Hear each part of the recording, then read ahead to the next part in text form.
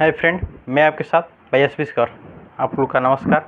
आज हम लोग क्या पढ़ेंगे, ट्वेल्थ क्लास की क्या फिजिक्स में जानेंगे। हम लोग क्या ट्वेल्थ क्लास की फिजिक्स में आज हम लोग जानने वाले हैं क्या द्विध्रुव आघूर्ण। क्या तो द्विध्रुव आघूर्ण पहले ये जानते हैं कि फिजिक्स स्टार्ट क्लास में क्या आप नहीं जुड़े हैं तो क्या हमारे साथ जुड़ सकते हैं। और कोई भी ट्वेल्थ क्लास की बच्चा क्या तैयारी करना चाहते हैं तो हमारे यहाँ से क्या फिजिक्स की क्या बेहतरीन तरह से क्या तैयारी कर सकते हैं। ठीक है, हमारे साथ क्या जुड़ने के लिए क्या जा सकते हैं, फिजिक्स स्टार्ट क्लास का यूट्यूब चैनल पर जाएं और क्या सर्च करें और हमारा क्या पूरा वीडियो क्या आ जाएगी और वहाँ से क्या हमारे साथ क्या जुड़ सकते हो, पढ़ सकते हैं। ठीक है, ऐसा ही वीडियो पाने के लिए क्या हमारे साथ जुड़िए। चलते हैं आगे। नंबर में क्या बता रहा है कि हम लोग क्या द्विध्रुव आघूर्ण के बारे में क्या आज हम लोग जानेंगे, जो क्या मोस्ट वीवीआई क्वेश्चन है। क्या 2 नंबर तो फिक्स हो जाता है ट्वेल्थ क्लास के बच्चों के लिए। जो है द्विध्रुव आघूर्ण समझते हैं, ये हमेशा क्या साल भर 1 साल 2 साल क्या बीच डाल कर क्या यह पूछते रहता है। हमको तक लग रहा है क्या 2024 वाले के लिए क्या यह खासकर यह क्या मोस्ट वीवीआई क्वेश्चन है। क्या 2 साल से क्या यह क्वेश्चन नहीं पूछा जा रहा है। ठीक है, ऐसा है वीडियो देखने के लिए क्या हमारे साथ जुड़े रहें। चलते हैं।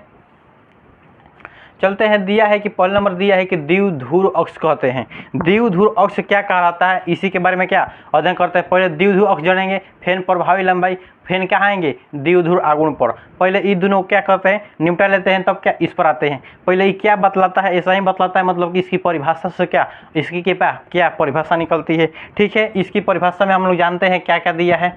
द्विध्रुव अक्ष किसे कहते हैं, द्विध्रुव अक्ष किसे कहते हैं। ठीक है, जिस रेखा पर आवेश स्थित होता है उसे हम क्या कहते हैं, द्विध्रुव अक्ष कहते हैं। इसी को क्या हमारा खोजना था, जिस रेखा पर क्या आवेश स्थिर रहता है उसे हम क्या कहते हैं, द्विध्रुव अक्ष कहते हैं। अक्ष के मतलब समझ है, जहाँ पर क्या आवेश क्या है स्थिर रहता है उसी को हम क्या कहते हैं, द्विध्रुव अक्ष कहते हैं। ठीक है, नेक्स्ट में चलते हैं कि प्रभावी लंबाई दिया क्या दिया है, प्रभावी लंबाई। प्रभावी लंबाई किसे कहते हैं, इसमें दिया है कि द्विध्रुव के अक्ष की लंबाई को क्या कहते हैं, प्रभावी लंबाई कहते हैं। द्विध्रुव के अक्ष की लंबाई को क्या कहते हैं, प्रभावी लंबाई। हमको क्या इतना ही का काम है ना, द्विध्रुव के अक्ष को कहते हैं प्रभावी लंबाई कहते हैं। ठीक है, इसे हम क्या द्विध्रुव अक्ष मतलब प्रभावी लंबाई का इसे हम 12 द्वारा सूचित करते हैं। प्रभावी लंबाई को किसके द्वारा सूचित करते हैं, तो प्रभावी लंबाई को क्या हम लोग 12 द्वारा क्या सूचित करते हैं। चलते हैं हम लोग का नेक्स्ट नंबर में आता है क्या द्विध्रुव आघूर्ण। यह दोनों के क्या यह दोनों से क्या इसकी क्या परिभाषा बन जाता है ना। चलते हैं इसकी परिभाषा निकालते हैं ना। इसकी परिभाषा हम लोग क्या निकालते हैं। आवेश पहले में क्या दिया है, आवेश तथा प्रभावी लंबाई के गुणनफल को क्या कहते हैं, द्विध्रुव आघूर्ण कहते हैं। आवेश तथा प्रभावी लंबाई के गुणनफल को क्या कहते हैं, द्विध्रुव आघूर्ण कहते हैं। क्या कहते हैं, द्विध्रुव आघूर्ण कहते हैं। चलते हैं लिखते हैं, आवेश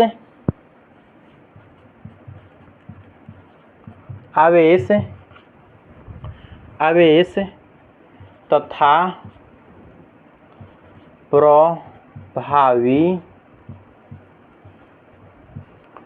लंबाई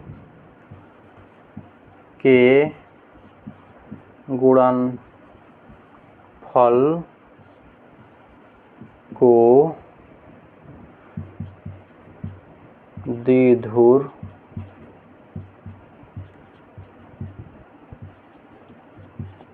आघूर्ण कहते हैं। इसे हम लोग क्या इसे द्विध्रुव आघूर्ण को क्या P के द्वारा सूचित करते हैं, लिख देते हैं इसे P के द्वारा सूचित करते हैं। एक मिनट बस तो हम समझाते हैं आप लोगों को। जब भी हम क्या कोई भी चीज़ को लिखते हैं तो क्या आपको क्या ध्यान पूर्वक से क्या उसे देखना है और सुनना है, ना कि क्या पेन कॉपी लेकर क्या लिखना है। बल्कि पहले क्या इस चीज़ को क्या हम जितना समझाते हैं उसको क्या समझ लें और देख लें, क्या उसके बाद क्या आप लोग को उतारना है। ठीक है, दिया है कि द्विध्रुव आघूर्ण क्या कहलाता है। यह क्या आपको माइंड में डाउट में क्या होता होगा कि सर हम इतना लिख देंगे और हम लोग का 2 नंबर फिक्स हो जाएगा। नहीं, इतना ही लिखने से 2 नंबर नहीं मिलेगा, बल्कि क्या इस पर का 1 नंबर ही देता है। तो तू लोग सोचता है ना कि हम तो लिख कर आए थे 2 नंबर का क्वेश्चन, तो 1 नंबर का है दिया है। डाउट ड्रॉप में रहता है, यहीं पर इतना ही लिख देगा तो क्या वो छोड़ देगा, मतलब क्या 1 नंबर देगा। और इसको बढ़ाना है, क्या करना है और बढ़ाना है, इसके क्या द्विध्रुव आगुण के क्या मात्रक निकालेंगे, मात्रक क्या कब बाद निकालेंगे, बीमा निकालेंगे। चलते हैं मात्रक निकालते हैं, पहले इसको समझ लेते हैं कि द्विध्रुव आगुण कहलाता है क्या ना, क्या कहते हैं कि आवेश तथा प्रभावी लंबाई के गुणनफल को ही क्या कहते हैं, द्विध्रुव आगुण कहते हैं। आवेश का मतलब क्या Q, और प्रभावी लंबाई, लंबाई मतलब क्या एक विस्थापन, विस्थापन का मतलब क्या लंबाई होता है, कि गुणनफल को क्या कहते हैं, द्विध्रुव आगुण कहते हैं। इसे क्या हम लोग P के द्वारा डिनोट करते हैं, किसके द्वारा डिनोट करते हैं हम लोग, क्या इसे P के द्वारा क्या करते हैं, सूचित करते हैं। किसको, द्विध्रुव आगुण को क्या P के द्वारा हम लोग क्या करते हैं, सूचित करते हैं ना। चलते हम लोग क्या द्विध्रुव आगुण की क्या करते हैं, मात्रक निकालते हैं ना। द्विध्रुव आगुण के क्या कैसे मात्रक निकलता है, चलिए हमारे साथ क्या अंत तक बने रहें, ठीक है। चलते हैं द्विध्रुव आगुण की क्या मात्रक निकालते हैं ना। द्विध्रुव आगुण का मात्रक ना, मात्रक पे आते हैं। पहला नंबर पे क्या दिया है, आवेश, क्या लिखेंगे, आवेश गुणे प्रभावी लंबाई, क्या लिखेंगे, प्रभावी लंबाई ना। प्रभावी लंबाई, प्रभावी से मतलब कुछ नहीं होता, क्या एक लंबाई हुई होता है ना। हम लोग द्विध्रुव आगुण को किसके द्वारा सूचित किए हैं, P के द्वारा सूचित किए हैं, तो P हम यहाँ पे लिख दिए, ठीक है। क्या लिख दिए हम लोग, P लिख दिए ना। आवेश को किसके द्वारा सूचित किया जाता है, आवेश को क्या हम लोग क्या Q के द्वारा क्या करते हैं, सूचित करते हैं, तो हम लोग यहाँ पे Q लिख देंगे।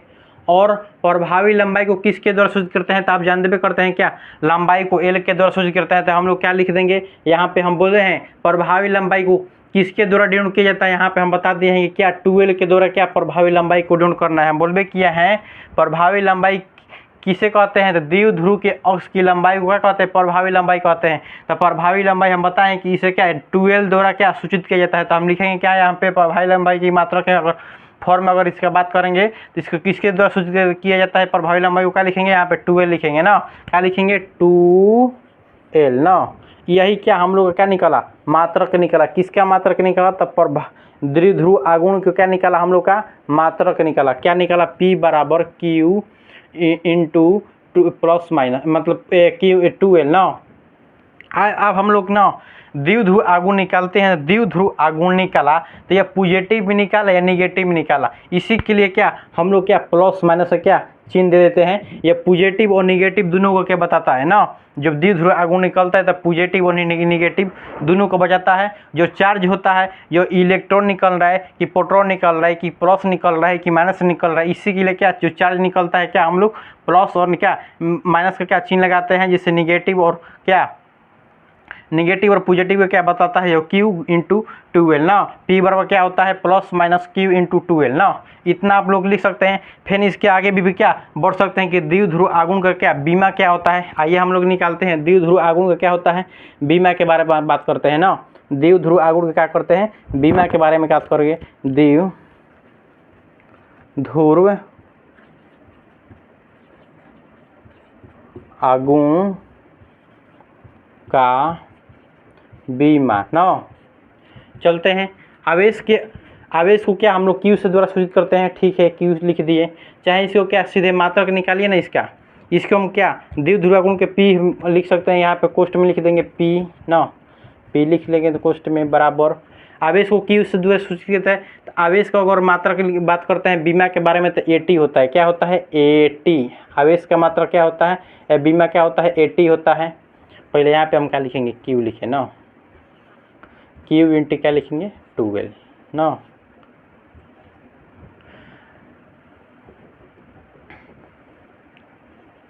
टूएल क्या हम लोग का निकाला, सूत्र निकाला, कितना निकाला, P बराबर Q इंटू 2L निकाला है।